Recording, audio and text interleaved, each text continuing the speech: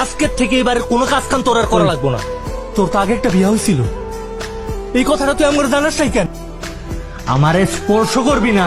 আমার কি মন চাইতেছে জানোস, তোর এই মুহূর্তে ঘাড় ধইরা এবারের থেকে বাইর করে দিতে। আমার তো এটা ভাবতে ঘৃণা লাগতাছে, তুই আরেক বেটার বউ আছিলি। আমার টালি খালাটা কই? গেছিলাম আসলে, চুলাই তরকারি চড়াইছি তো খেয়াল ছিল না। আপনি কিছু মনে করেন না, এই যে আপনার হিসাবের খাতা। মনে থাকবোটা কেমন? মন আর মাথার মধ্যে তো সারাদিন ঘুরে ওই পুরানা স্বামীর কথা, পুরানা সংসারের কথা।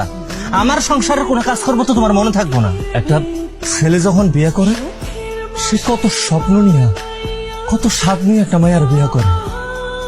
বিয়ে করার পরে একটা পুরুষ যখন জানতে পারে তার বউয়ের আগে একটা বিয়ে হয়েছিল, আগে তার বউয়ের একটা স্বামী আছিল, সে তার স্পর্শ করত, তার মনের মধ্যে যে কি চলে, তার কেমন লাগে, এই জিনিসটা যদি তুমি বুঝতা। এই কথাটা আপনার আমার অনেক আগে কনের উচিত ছিল, আমি ভুল করে ফেলছি, আপনি আমার মাফ করে দেন।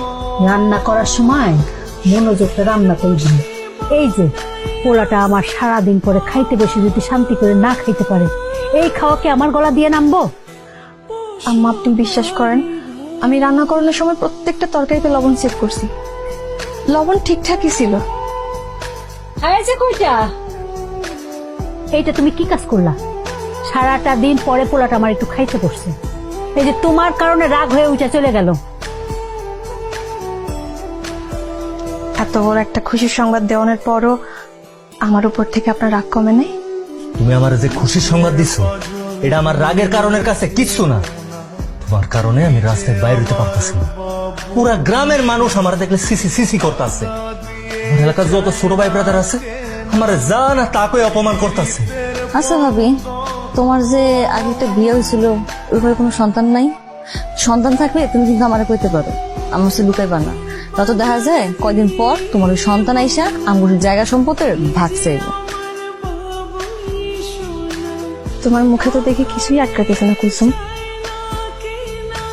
আমি মানলাম আমি আমার আগের বিয়ের কথা লুকাইছি, কিন্তু তাই বলে আমার যদি সন্তান থাকতো এই কথা কি আমি কইতাম না? লুকাইতেই পারো, প্রথম বিয়ের কথা যেহেতু লুকাইতে পারছো, সন্তানের কথা লুকাইবে না যে গ্যারান্টি কি?